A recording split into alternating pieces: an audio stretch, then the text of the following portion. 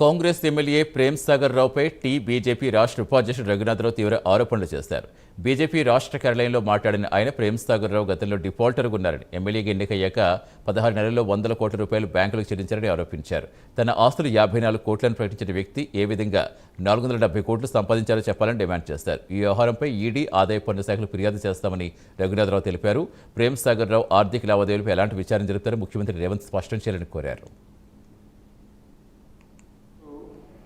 ముఖ్య అంశాల మీద మాట్లాడడానికి ఈ మీడియా సమావేశం ఏర్పాటు చేయడం జరిగింది. ముందుగా నిన్న సాయంత్రం కొత్తగూడెం జిల్లా మనుగూరు PKOC2 కోల్ మైన్ ఏదైతే ప్రకాశం కని ఓసి అది డీప్ సైడ్ బొగ్గు బ్లాక్ అది గత 2 సంవత్సరాలలో కిషన్ రెడ్డి గారు బొగ్గు గనుల శాఖ మంత్రి పదవి బాధ్యత చేపట్టిన తర్వాత ఒరిస్సాలోని నైని కోల్ బ్లాక్ సింగరేణికి ఇవ్వడం జరిగింది. దాని తర్వాత గత నెల తాడిచెర్ల 2 కోల్ బ్లాక్ ఎటువంటి వేలం లేకుండా తాడిచెర్ల 2 కోల్ బ్లాక్ సింగరేణికి ఇచ్చిన విషయం మీకు అందరికీ తెలిసినదే.